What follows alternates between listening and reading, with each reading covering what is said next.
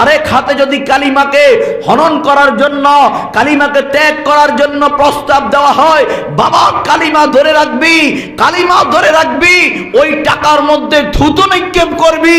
আওয়াজ দিয়ে বলেন ঠিক না বেঠিক? থুতু নিক্ষেপ করবি। এই টাকার দরকার নাই, তোরে আল্লাহ 10 দুনিয়া পরিমাণ ট্রিলিয়ন ট্রিলিয়ন ডলারের সম্পত্তি আল্লাহ তোকে দিবে। সুবহানাল্লাহ বলেন। আমার মুসলমান ভাইয়েরা, এই জন্য আপনাদেরকে বলে যাই, ঈমান বড় ধন করিও যতন।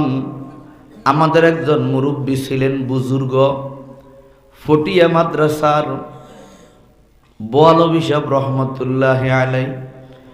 আমি ওনাকে নিজ চোখে দেখছি, সারাদিন পেরেশানির মধ্যে থাকতেন, কখনো স্থিরভাবে বসতেও পারতেন না, ঘুমাইতেও পারতেন না। বাবা খেয়াল করেন, এমনভাবে থাকতেন। আমি 24 ঘন্টার জমাতে গেছি। বলেন কি গেছি কন?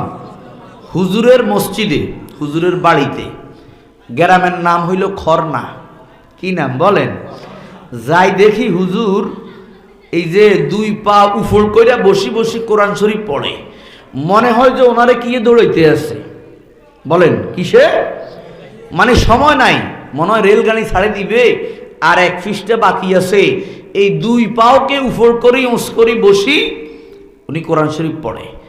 স্থির থাকতে পারে না, উম্মতের চিন্তা স্থির থাকতে পারে না, মৃত্যুর ভয়ে স্থির থাকতে পারে না, জাহান্নামের ভয়ে। সুবহানাল্লাহ বলেন না। উনি যখন কারোর সাথে দেখা হইতো তো সালাম কালাম হইতো কিনা বলেন বাবা? সালাম কালাম হইতো তো উনি বলতো কি জানেননি? শিখিলন, মাফ চাই মাফ করি। কন সবাই কন, মাফ চাই দোয়া চাই দোয়া করি। কি কন? মাফ চাই মাফ করি, দোয়া চাই দোয়া করি। এটা কি সাধারণ কথা? মানে বাবা দোস্ত, ও আল্লাহর বান্দা, জীবনে যদি তোমারে কোনো কষ্ট দিতে, তোমার কাছে আমি মাফ চাই, তুমিও আমারে মাফ করে দাও, আমিও তোমারে মাফ করে দিলাম। সুবহানাল্লাহ বলেন না।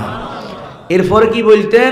দোয়া চাই দোয়া করি, আমিও তোমার লাই দোয়া করি, তুমি আমার লাই দোয়া করিও। বাবা আল্লাহর নবীর একটা মুজিজা হলো, আল্লাহর নবীকে আল্লাহ জাওয়ামিউল কালিম দান করছে। মানে শব্দ কম অর্থ বেশি, বাক্য কম মর্ম বেশি। আওয়াজ দিয়ে বলেন সুবহানাল্লাহ। আল্লাহর নবীর একটা জাওয়ামিউল কালিম আপনাদেরকে শুনাই, খেয়াল করেন। ক্বালা রাসূলুল্লাহি সাল্লাল্লাহু আলাইহি ওয়াসাল্লাম